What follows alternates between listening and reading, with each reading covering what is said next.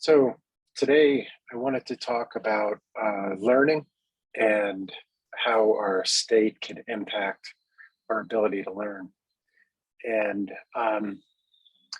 basically, I've talked about how different states can be habituated, and you just get good at being in certain states. And fortunately or unfortunately, that can work to our advantage when you get sort of habituated to a powerful state, or a state where you feel you're capable and you're good at doing things.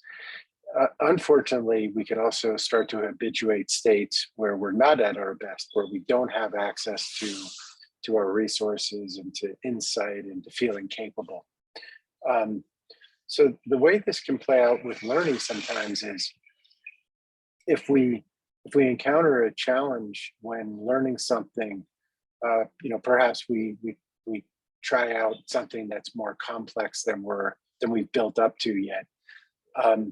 We can start to have an emotional response to that, and that can create kind of a habitual reaction to that topic or that context, or whatever we're trying to do.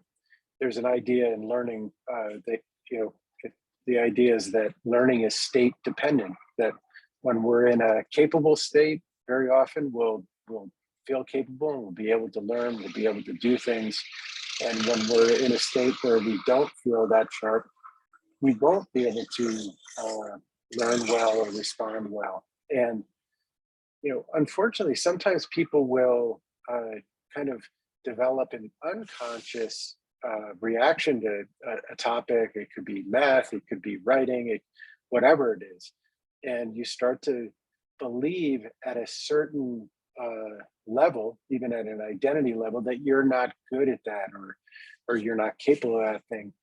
Whereas in fact, what's happening is you've just habituated a particularly unresourceful state in relation to that. So let me give you an example. So I play music. I've mentioned that. I play guitar. That's kind of my main instrument. But years and years ago, I used to dabble in playing drums, and I liked learning rhythms, and I even took some drum lessons because that was something available at school. And I really enjoyed it because I love rhythm. I feel like I'm really good at rhythm, and it tends to come pretty easily to me.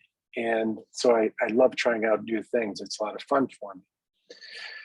So one day I was in my drum lesson, and the teacher noticed that when I would try to hit both drumsticks at the same time, I was creating what was called a flam. It was, instead of being like bop, bop, bop, one hand was going down a little bit later, and it would create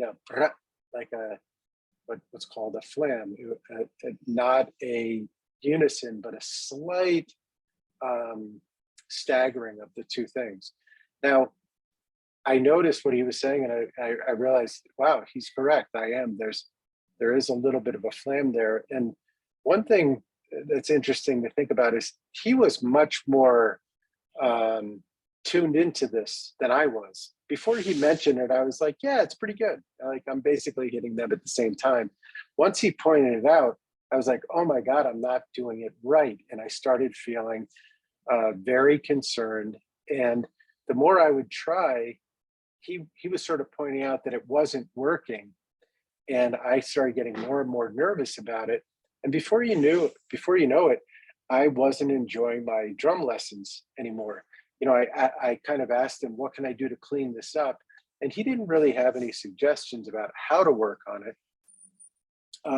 He just said that I needed to work on it. And so that made me even more nervous. What I didn't realize at the time is that I was beginning to internalize that frustration or nervousness of that one little aspect of drumming.